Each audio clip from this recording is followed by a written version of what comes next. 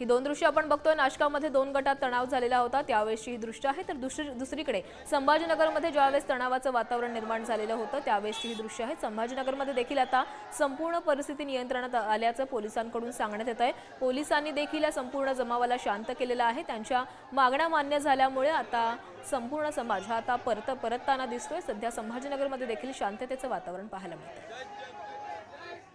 संभाजीनगर आणि नाशिकमध्ये आंदोलन करण्यात आलेली होती आणि त्यावेळेस काहीशी तणावाची परिस्थिती निर्माण झालेली होती।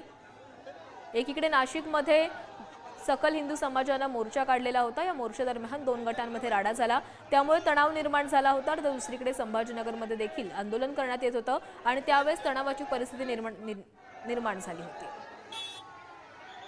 तर या संदर्भात पुन्हा एकदा बोलण्यासाठी आमचे प्रतिनिधी किरण ताजणे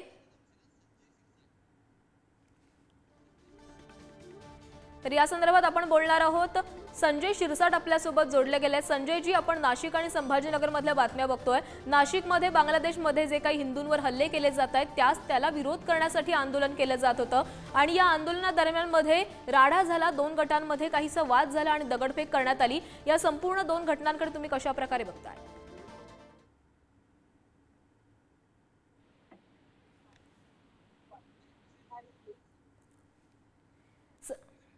संजय जी, आपण नाशिक आणि संभाजीनगर मधल्या दोन बातम्या बघतोय। नाशिकमध्ये सकल हिंदू समाजाने मोर्चा काढलेला होता। बांगलादेशमध्ये हिंदूंवर जे काही हल्ले केले जात आहेत त्याच्या निषेधार्थ हा मोर्चा होता। मात्र त्या ठिकाणी मुस्लिम बहुल भागामध्ये हा मोर्चा पोहोचताच तिथे काहीसं तणावाचं वातावरण निर्माण झालं, बाचाबाची झाली, राडा झाला। या संपूर्ण परिस्थितीकडे तुम्ही कशा प्रकारे बघताय? बांगलादेशामध्ये हिंदूचे काही मंदिरं पाडले गेली, काही हिंदूवर अत्याचार केले जात आहेत आणि याची दखल शासनाने घेतलेली, केंद्र शासनाने घेतलेली, महाराष्ट्र शासनाने घेतलेली आणि त्यांच्या त्या संपर्कातही आहे। आणि हिंदूवर अत्याचार होऊ नये यासाठी जर कोणी एखादी हिंदू संघटना पुढे येत असेल तर त्याला बाकीच्यांनी विरोध करायचं काय कारण आहे? काही कारण नसावं। म्हणून मी त्या बांधवांना सुद्धा सांगेन की ही जी परिस्थिती आहे ह्या परिस्थितीचा काही लोक फायदा घ्यायचा प्रयत्न करतील आणि विशेष करून विरोधी पक्षाचे जे लोक असतात त्यांना ह्या दोन समाजामध्ये तणाव निर्माण करायचा आहे। त्यांनी शांततेने मोर्चा काढला, त्यांचा मोर्चा जाऊ दिला पाहिजे। आपल्याला त्यांच्या मोर्चाला विरोध करण्याचं कारणच नाही ना।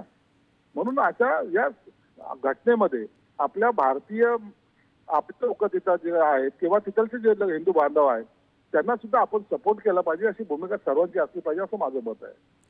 संजय जी, तुम्ही जसं सांगितलं की बांगलादेशमध्ये हिंदूंवर जे काही हल्ले केले जात आहेत त्यांच्यावरचे हल्ले थांबावे यासाठी आपण भारत स्वतः प्रयत्नशील आहे। त्यामुळे तुम्ही तुमच्याकडून काय आवाहन कराल? हे आंदोलन जी काढली जात आहेत त्या आंदोलकांना तुम्ही काय आवाहन कराल? आंदोलकांना मी हे सांगेल की तुम्ही शांततेने आपलं आंदोलन करा। कुठेही इतर समाजावर आपल्याला अटॅक करण्यासाठी हे आंदोलन नाही तर आपल्या हिंदू बांधवांना वाचवण्यासाठी आहे। म्हणून शांततेने आंदोलन करा। दोन समाजामध्ये कुठेही तेढ निर्माण होईल असं वातावरण तयार होऊ देऊ नका। याचा फायदा इतर ज्या असामाजिक तत्वाचे जे काही लोक आहेत ते घेण्याचा प्रयत्न करतील। म्हणून शांततेने करा। तुम्हाला जर काही अडचण असेल तर पोलीस तुम्हाला ते त्या ठिकाणी संरक्षण देतील, परंतु दगडफेक करणं, जाळपोळ करणं किंवा एखाद्याच्या अंगावर धावून जाणं हे प्रकार घडू नये अशी सगळ्यांना हात जोडून विनंती आहे। संजय जी, एका बाजूला आपण बघतोय तर बांगलादेशमध्ये हिंदूंवर अन्याय होतोय, तो चुकीचाच आहे, तो दुर्दैवीच आहे, पण त्याच्या निषेधार्थ आपण इथं आंदोलन करताना जर तणाव निर्माण होत असेल तर तो कितपत योग्य आहे? त्यांच्या बरोबर कोणीतरी उभे आहे दाखवण्याचा हा प्रयत्न आहे। आंदोलन करणं याचा अर्थ जाळपोळ करणं नव्हे। आंदोलन हे शांततेच्या मार्गाने करणं हा नागरिकांचा अधिकार आहे, ते त्यांनी केलं पाहिजे, परंतु हिंसात्मक त्या आंदोलनाला स्वरूप येऊ नये याची काळजी प्रत्येक नागरिकाने घेतली पाहिजे। धन्यवाद संजय जी, तुम्ही दिलेल्या सविस्तर प्रतिक्रियेसाठी। तर आपण नाशिकमधली दृश्य बघतोय। नाशिकमध्ये बंदची हाक देण्यात आलेली होती।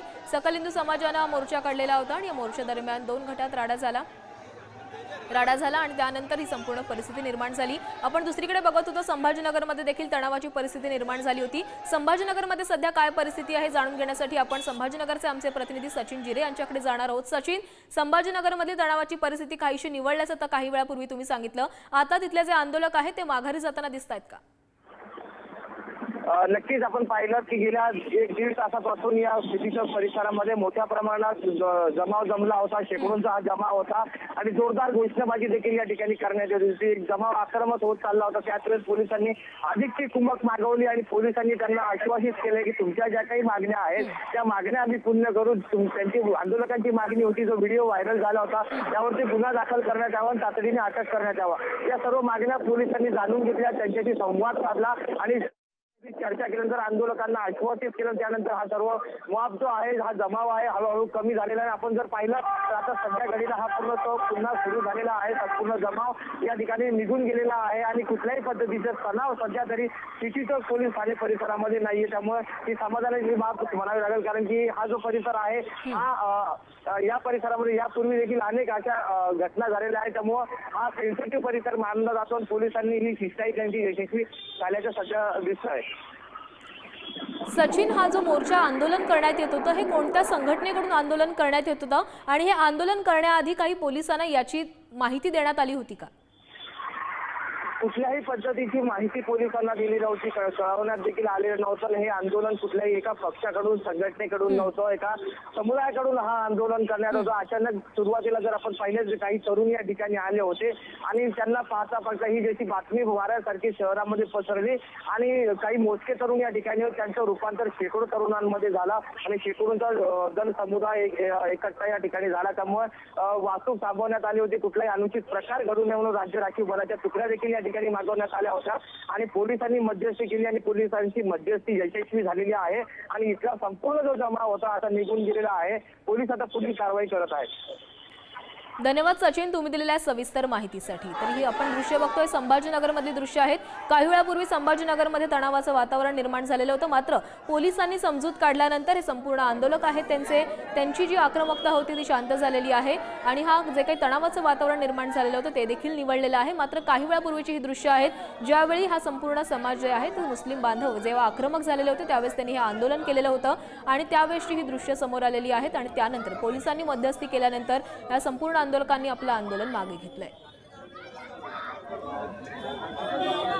संभाजीनगरमध्ये मुस्लिम बांधवांच्या भावना दुखावल्याचे वक्तव्य केल्यामुळे हा संपूर्ण जो समाज आहे तो आक्रमक झालेला होता. आंदोलन करण्यात आलेलं होतं. आक्षेपार्ह विधान करण्याविरोधामध्ये कारवाई करावी, त्याला अटक करावी अशी मागणीही करण्यात आलेली होती आणि या मागणीसाठीच हे संपूर्ण सगळे एकत्र जमलेले होते आणि ही मागणी करण्यासाठी त्यांनी घोषणाबाजीही केली आणि त्यानंतर पोलिसांची कुमक जी आहे या ठिकाणी पोहोचली आणि त्यांनी त्यांची समजूत काढली आणि या समजूत काढल्यानंतर हा संपूर्ण जमाव शांत झाला.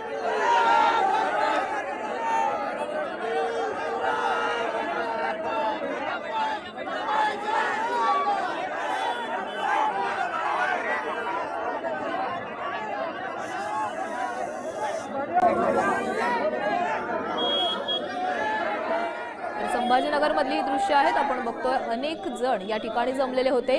जोरदार घोषणाबाजीही करण्यात आलेली होती, मात्र पोलिसांनी तात्काळ या ठिकाणी धाव घेत या संपूर्ण जमावाला शांत करण्याचं काम केलं. त्यांची समजूत काढली आणि त्यानंतरच हा संपूर्ण जमाव आता माघारी परतलेला आहे.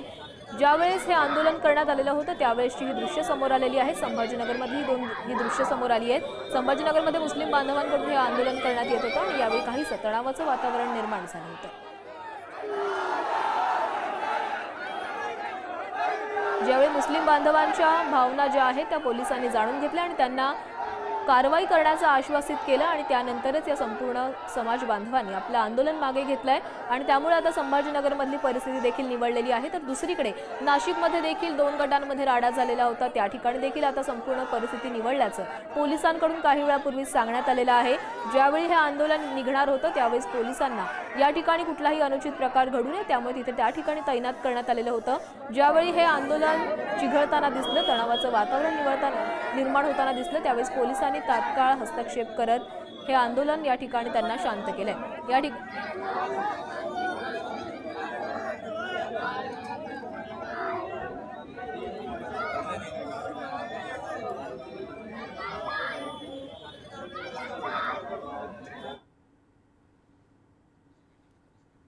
तर नाशिक आणि संभाजीनगरमधल्या आपण या 2 बातम्या बघत होतो. नाशिकमध्ये 2 गटात वाद झाला होता. सकल हिंदू समाजाच्या मोर्चा दरम्यान वाद पेटल्याचं पाहायला मिळालं. आज सकल हिंदू समाजाचा मोर्चा निघणार होता आणि त्याच पार्श्वभूमीवर आज नाशिक बंदची देखील हाक देण्यात आली होती. मुस्लिम बहुल भागामध्ये हा मोर्चा पोहोचताच या ठिकाणी दुकानं बंद करण्याचं आवाहन करण्यात आलं आणि त्याच दरम्यान हा वाद संपूर्ण निर्माण झाला आणि तणावाची परिस्थिती निर्माण झाली होती.